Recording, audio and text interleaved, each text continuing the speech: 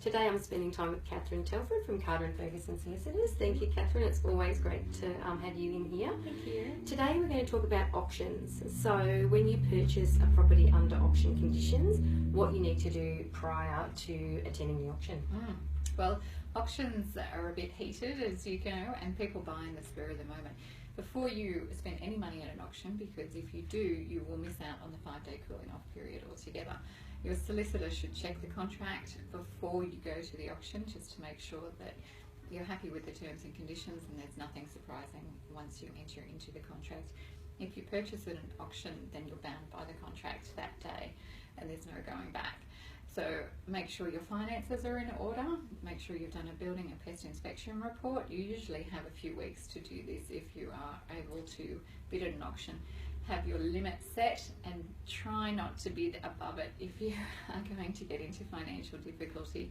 And I know a lot of people may push the extra 1,000 or 2,000, but consider when you do purchase at an auction, you still have to complete the conveyancing process, and there are other fees and charges on top of the purchase price that you may not have factored in.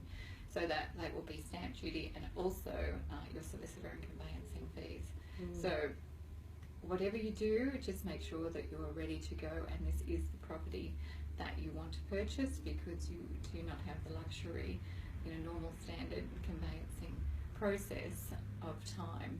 So once you enter into that auction contract, that is it. The hammer goes down and it's got your name on it.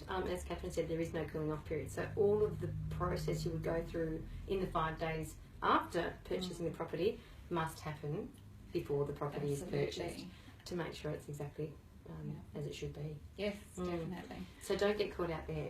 No, definitely. Make sure that it is the property that you want, you can afford it, and you've been through the contract with someone qualified who is able to assist you in relation to it.